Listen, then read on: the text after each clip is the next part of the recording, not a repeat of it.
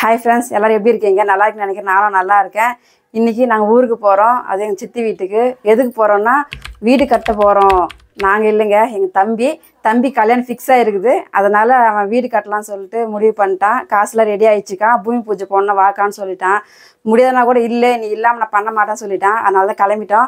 வாங்க போய் பார்க்கலாம் பூமி பூஜையில் எப்படி போடுறாங்கன்ட்டு. இவன் தாங்க எங்கள் பெரிய தம்பி. பூஜைக்கு ரெடி ஆகிட்டோம். பாருங்கள், தேவையான பொருளை வாங்கிட்டு வந்துட்டாங்க. 9 சுமங்கலி கூப்பிட்டு இருந்தோம். 9 செங்கல் வாங்கிட்டு வந்தேன் என் தம்பி.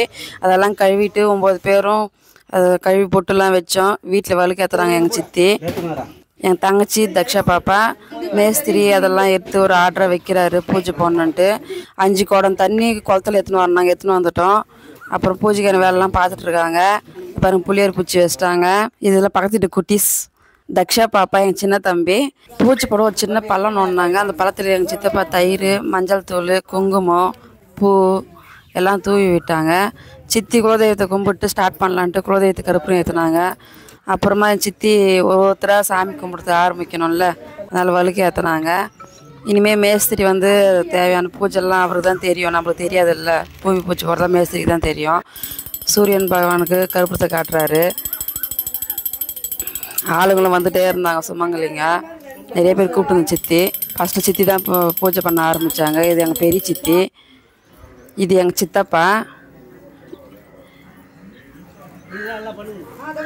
எங்கள் பெரிய தம்பி. இதெல்லாம் பக்கத்து வீட்டில் இருக்கிற அக்காங்க. ஒருத்தராக போய் பூஜை பண்ணோம். எல்லாருமே தீபாவளி காட்டணும்னு சொல்லிட்டாங்க. 9 பேரும். தக்ஷா பாப்பா பாருங்கள், என் தங்கச்சியும் தக்ஷா பாப்பாவும். இது என் தங்கச்சியுடைய ஓரகுத்தி. இவங்களாம் பக்கத்து வீட்டுக்கார இருக்காங்க. எங்கள் பாட்டிங்க, எங்கள் பாட்டி தான் எங்களுக்கு எல்லாமே. கடைசியாக இந்த வீடு கட்டி முடிக்கிற வரைக்குமா இருக்குமா அப்படின்னு சொல்லிட்டு பேசிட்டு இருந்தோம் நாங்கள். இவனுக்கு தாங்க கல்யாணம். மொட்டை அடிச்சிட்ருக்காங்க பார்த்தீங்களா, அவனுக்கு தான் கல்யாணம். இவங்கெல்லாம் பக்கத்து வீட்டு குட்டீஸுங்க. 9 பேர் சேர்ந்து அந்த 5 குடம் தண்ணி பழத்தில் ஊற்றணும் சொன்னாங்க. நாங்களும் ஊற்றிட்டோம். இந்த குட்டி பார்ப்பாங்க, நாங்கள் உங்களை வீடியோவில் பார்த்துட்டுருக்குறோமே வந்து கேட்டாங்க. ஆமாடான்னு சொன்னோம். அப்புறமா 9 சுமங்கலி ஒரு கல்லாக எடுத்து கொடுத்தோம். அந்த கல்லெல்லாம் மேஸ்திரி ஆர்டர் அடக்கிட்டு வந்தார். பாருங்கள், கடைசியாக நான் எடுத்து கொடுத்தேன். சூரியன் காமிச்சு தக்ஷா குட்டி எங்கள் தாத்தாண்ட போயிட்டேன். அப்புறமா மேஸ்திரி வெத்தலையில் கருப்புரம் ஏற்றி அந்த பழத்தில் விட்டார். அந்த வெத்தலை அந்த கருப்புரம் வந்து அந்த பள்ளம் சுற்றி வரணுமா, அதாவது கையினால் அந்த கருப்புரத்தை ரவுண்டு வரணுன்றதுக்காக தண்ணி தள்ளினே இருந்தார்.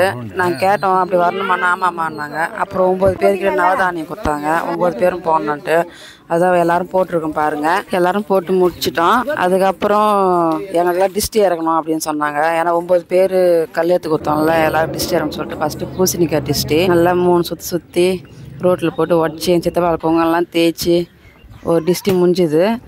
அடுத்து தேங்காய் டிஸ்டி எடுக்கணும்னு சொல்லிட்டாங்க.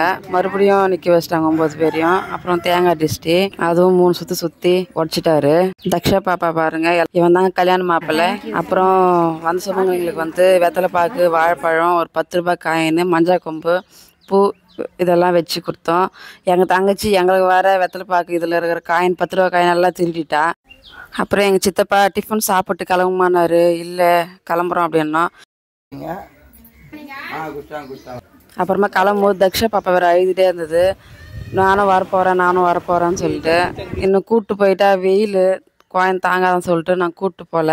சரிம்மா நான் அப்புறம் வந்து கூப்பிட்டு போகிறேன்னு சொல்லி சமாதானப்படுத்தி கடைசி அவங்க அம்மா கிட்ட விட்டு நான் கிளம்பிட்டேன். வீடியோ பிடிச்சிருந்தா லைக் பண்ணுங்கள் ஃப்ரெண்ட்ஸ்.